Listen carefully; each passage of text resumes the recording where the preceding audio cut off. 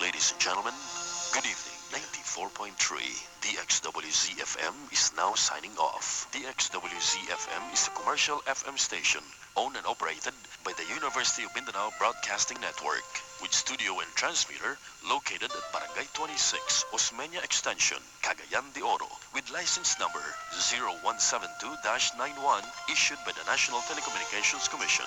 DXWZ-FM is maintained by the following personnel, duly licensed by the National Telecommunications Commission. First class telephone operator Roel Nakila Navalque with license number 94-1PX-10935. First class telephone operator Robert Horida Gibone with license number 93-1PX-3135. And first class telephone operator Remy Capadungag Clemeña with license number 95-1PX-13493 in accordance with rules and regulations promulgated by the Kapisanan ng mga Broadcaster ng Pilipinas Standard Authority.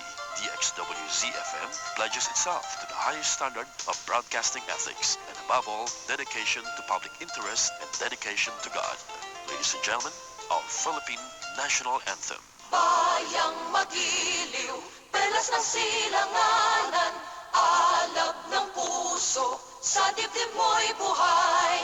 Lupang hinirang, duyan ka ng magiting, sa manlulupig, di ka pasisiin, sa dagat at bundok, sa simoy at sa langit mong bughaw. May dilag ang tula at awit sa paglayang minamahal, ang kislap ng watawat mo'y tagumpay na nagniningning, ang bituin at araw niya kailan pa may di magdidilim, lupa ng araw ng walhati't pagsinta.